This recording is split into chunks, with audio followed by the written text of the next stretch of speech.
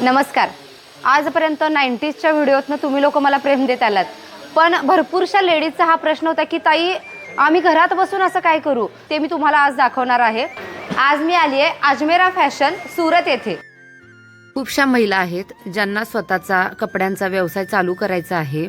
घरातून मुलांमुळे कुठं बाहेर जाता येत नाही आहे, नोकरी बाहेर जाऊन करता येत नाही आहे, तर या इथे येऊन माल खरेदी करून घरातून छोटासा व्यवसाय 20 ते 25 हजारापासून सुरुवात करू शकतात.